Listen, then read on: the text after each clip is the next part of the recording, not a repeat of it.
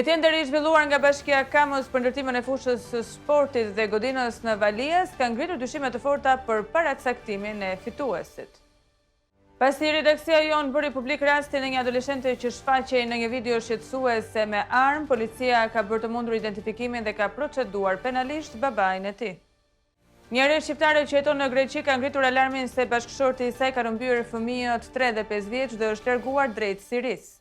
Suedia do të investojë rreth 9.2 milion euro në rikonstruksionin e bunkerëve. Ajo ka paralajmëruar qytetarët që të përgatiten për rrezikun e luftës pas agresionit rus në Ukrainë. Zonja dhe zotrinj, përshëndetje dhe mirë se vini në edicionin informativ, këtu në TV.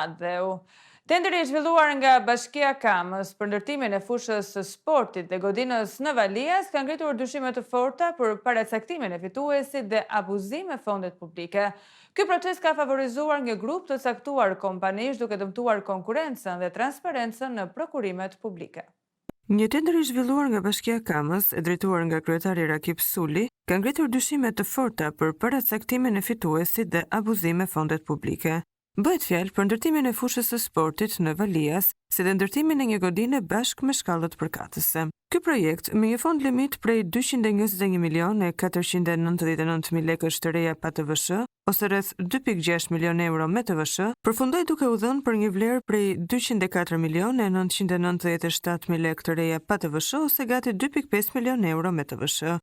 Kjo do të thotë se shuma e fituar përfaqëson sa 92.55% të fondit limit, një diferencë minimale që lë hapësirë për dyshime mbi procesin e përzgjedhjes së fituesit. Tenderin e fitoi një grup kompanish mes të cilave Shendelli në pronësi të Yzedin Bozhaj, Asi 2AKO në pronësi të Andrea dhe Astrid Gjikondaj dhe Zdrava, ku ortak figurojnë Faik Sinanaj, Kastriot Sinanaj, Ylli Zdrava, Arben Zdrava dhe Dashnor Sinanaj. Megjithëse në tender morën pjesë gjithsej 6 kompani, 2 prej tyre nuk paraqiten asnjë ofertë ekonomike, ndonëse se ishin regjistruar si pjesëmarrëse. Më e habitshmja është se një kompani tjetër ofroi një shumë mbi 500.000 euro më pak se fituesi, por pavarësisht kësaj nuk u mor fare në konsiderat. Ky fakt ngre dyshime të forta mbi mënyrën se si është zhvilluar tenderi dhe mbi mundësinë që fituesi ka qenë i paracaktuar që në fillim. Praktika e pjesëmarrjes formale të disa kompanive ose skualifikimi një konkurrenti që ka ofruar një vlerë më të ulët është një skemë e njohur në rastet kur tenderët nuk zhvillohen në mënyrë të ndershme dhe transparente.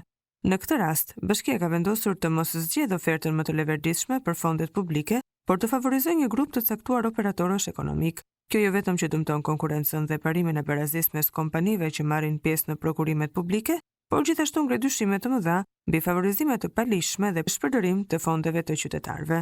Ndërkohë, ky nuk është rasti i parë ku tenderet e zhvilluar nga Bashkia e Kamës ngren dyshime për parregullsi, transparenca dhe drejtësia në prokurimet publike mbetet një problem serioz, ndërsa raste të tilla vazhdojnë të përsëriten pa një hetim të plotë nga institucionet përgjegjëse.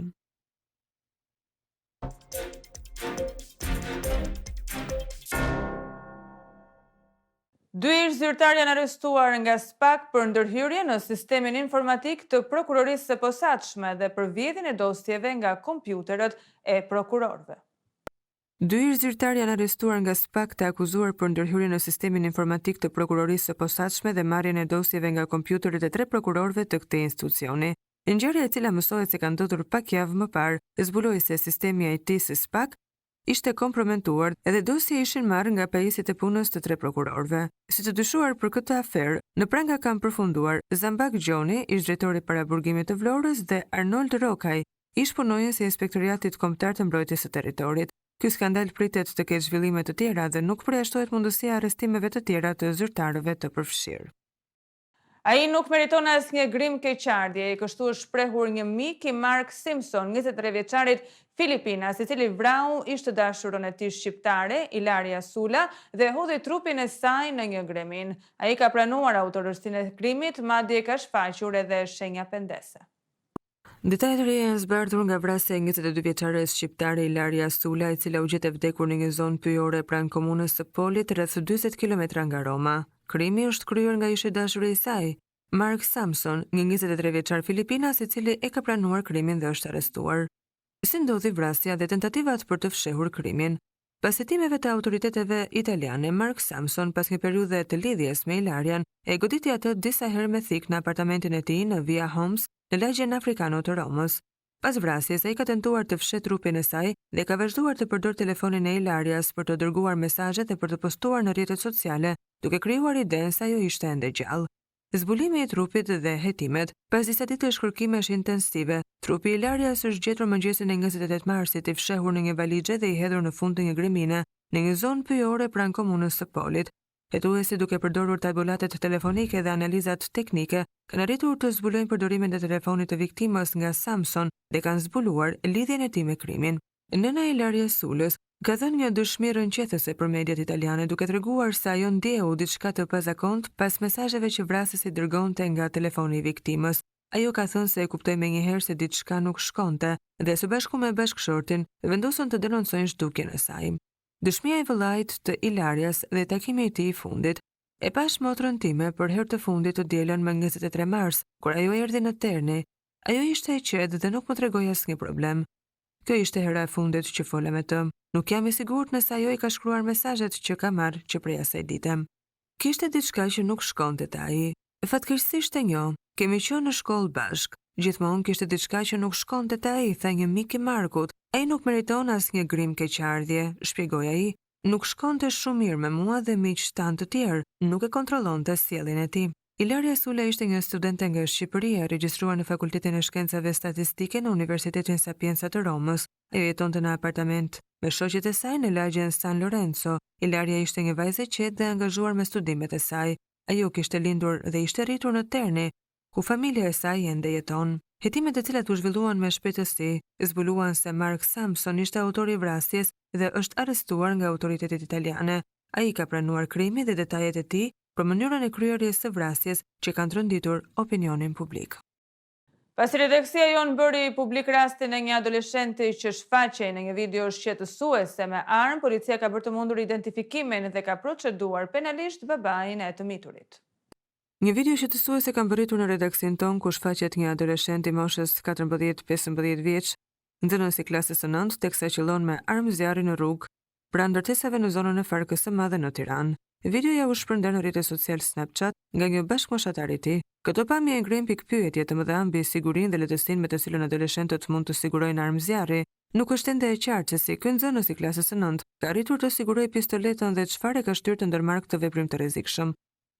Ngjarja sjell në kujtesë rastin tragjik të 14 vjeçarit Martin Canaj, i cili u vra me thik nga një bashkëmoshatar i tij, duke ngritur edhe një herë alarmin për nivelin e dhunës mes të rinjve. Rasti i fundit nuk është vetëm një akt i papërgjegjshëm, por një sinjal i rrezikshëm për shoqërinë dhe institucionet ligjzbatuese.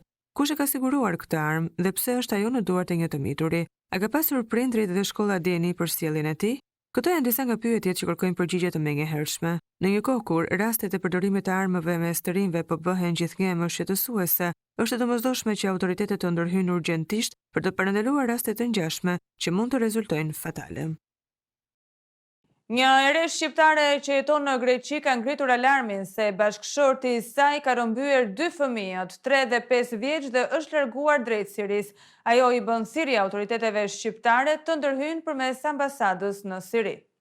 Një nën shqiptare që jeton vetëm në Greqi ka ngritur alarmin shqetësues pasi bashkëshorti i saj sirian është larguar me 2 fëmijët e mitur drejt Sirisë pa dijenin dhe pëlqimin e saj. Vjellca Sula ka kontaktuar redaksin ton duke bërë një apel për ndihmë nga institucionet shqiptare dhe opinionin publik. Sipas rrëfimit të saj, ngjarja ka ndodhur më 13 janar 2025 në Athinë, ku bashkëshorti i saj si zakonisht ka marrë fëmijët për të shkuar në kopsht, por nuk është kthyer më. Pas verifikimeve ajo ka mësuar se ai është larguar drejt Sirisë me fëmijët, të cilët janë 5 dhe 3 vjeç. Ju lutem më ndihmoni të kthej fëmijët e mi pranë meje. Kam kontaktuar me ambasadën shqiptare dhe greke, por askush nuk më ka ndihmuar. Më thanë se nuk mund të më ndihmojnë, vetëm shteti shqiptar mund të më ndihmojnë në këtë situatë të rëndë, thot ajo në mesazhin e saj. Rasti ka marrë vëmendjen edhe nga mediat greke, ku Amber Alert Hellas ka njoftuar zhdukjen e 2 fëmijëve, duke e lidhur me marrjen e tyre nga jati. Ndërkohë nëna apelon që shteti shqiptar të ndërhyjë, të paktën përmes ambasadës në Siri për të lehtësuar kontaktet me autoritetet ndërkombëtare dhe për të mundësuar kthimin e fëmijëve në Greqi. Aktoria e shquar Margarita Xhepa ka ndëruar jetë ditën e sotme në moshën 93 vjeçare. Ajo vuante prej kohësh nga një sëmundje në mushkëri. Lajmin e hidhur e ka bërë të ditur djali i saj, aktori Ndriçim Xhepa. Ylli i kinematografisë shqiptare Margarita Xhepa ka ndëruar jetë në moshën 93 vjeçare. Lajmin e ka konfirmuar djali i saj, aktori Ndriçim Xhepa, për mediat. Sipas informacioneve, Margarita Xhepa ka qenë e sëmurë për një kohë të gjatë dhe së fundmi ka pasur probleme me mushkërit, duke ndëruar jetë në spital privat. Ditën e djeshme, më 2 prill, aktoria festoi ditëlindjen por e sëmurë në spital. Margarita Xhepa ka qenë një nga figurat më të dashura të teatrit dhe filmit shqiptar, me një karrierë të gjatë dhe të pasur që numëron mbi 150 role në teatr dhe 32 role në filma. Ajo është nderuar me tituj të lartë, përfshirë nderi i kombit dhe artiste e popullit, ndërsa ka marrë vlerësime të shumta për interpretimet e saj të jashtëzakonshme në dramaturgjinë botërore. Në vitin 2007, Margarita Xhepa u ndërua me çmimin e karrierës për rolin e Nadezhnës në monodramën Kënga e Mjellmës të Çehovit, duke e çementuar statusin e saj si një legjendë e teatrit dhe kinematografisë shqiptare.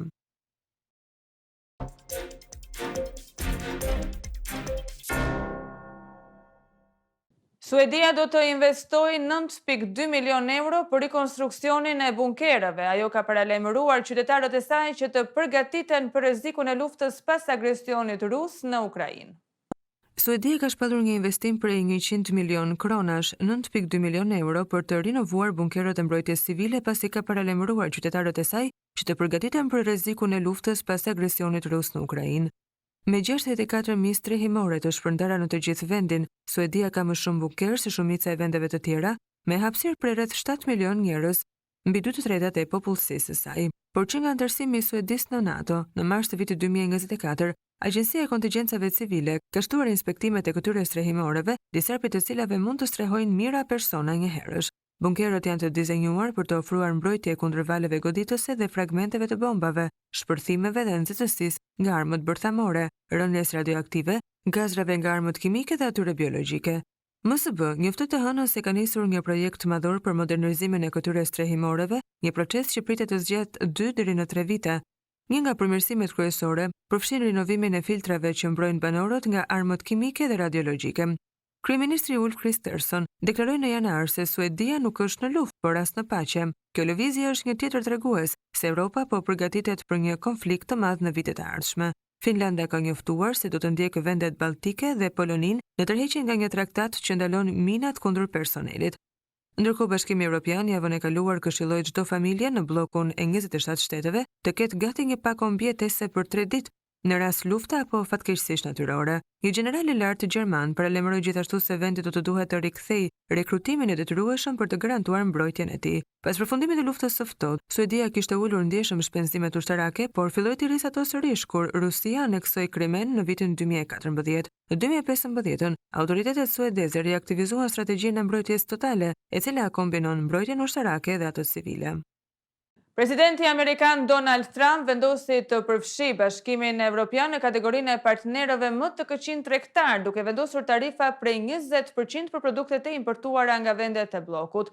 Ky vendim ka shkaktuar tensione dhe një kërcënim për reciprocitet nga ana e Bashkimit Evropian. Presidenti Amerikan Donald Trump ka vendosur të përfshi Bashkimin Evropian në kategorinë më të keqe të partnerëve tregtar të Amerikës, duke vendosur një tarifë prej 20% për të gjitha produktet e importit që vijnë nga vendet e bllokut. Ky vendim e vendos Bashkimin Evropian në të njëjtën kategori me ekonomitë kryesore si Kina, Japonia, Tajvani dhe Korea e Jugut, duke ngritur barriera tregtare që nuk janë parë që nga depresioni i madh i viteve 1930. Trump shpalli një emergjencë kombëtare për të vendosur një tarifë prej 10% për importet nga të gjitha vendet dhe tarifa shtesë për rreth 60 vende, të cilat ai konsideron si shkelësit më të mëdhenj tregtar. Një zyrtar i Shtëpisë së Bardhë konfirmoi se tarifa 10% do të hyjë në fuqi më datë 5 prill, ndërsa tarifat e veçanta në vendet më problematike më 9 prill. Për dekada, vendi ynë është plot shkitur dhe shfrytëzuar nga vende më të afërta dhe të largëta, si miqt ashtu dhe armiqt, deklaroi Trump gjatë një konference në kopshtin e trëndafilave në Shtëpinë e Bardhë. Tani do të tarifojmë Bashkimin Evropian. Ata janë shumë të ashpër në tregti, shumë të ashpër. Ju mund të mendoni se BE-ja është e sjellshme, por ata na mashtrojnë. Është e trisht ta shohësh, është e turpshme, u shpreh Trump. Administrata Trump pretendon se Bashkimi Evropian i tarifon produktet amerikane me 39%, ndaj ka vendosur një tarifë prej 20%, duke e quajtur këtë një tarifë reciproke të drejtë. Sipas Washingtonit, BE-ja përdor barriera jo tarifore, si taksat mbi vlerën e shtuar dhe rregullore teknologjike, të cilat penalizojnë produktet amerikane. Ky vendim vjen si një goditje për Bashkimin Evropian, i cili kishte kërkuar të negocionte me administratën amerikane për të shmangur këtë masa. Komisioneri Evropian për Tregtinë zhvilloi vizita në Washington për të diskutuar mbi çështjet, por pa rezultat. Komisioni Evropian ka paralajmëruar se do të përgjigjet me masa reciproke ndaj tarifave të reja amerikane, si dhe ndaj tarifave mbi çelikun dhe aluminin që tashmë janë në fuqi. Zonja dhe zotrinj, ka qenë kjo gjithçka e përgatitur për këtë edicion informativ. Ju falenderojmë për vëmendjen tuaj. Bashkë në takofshim.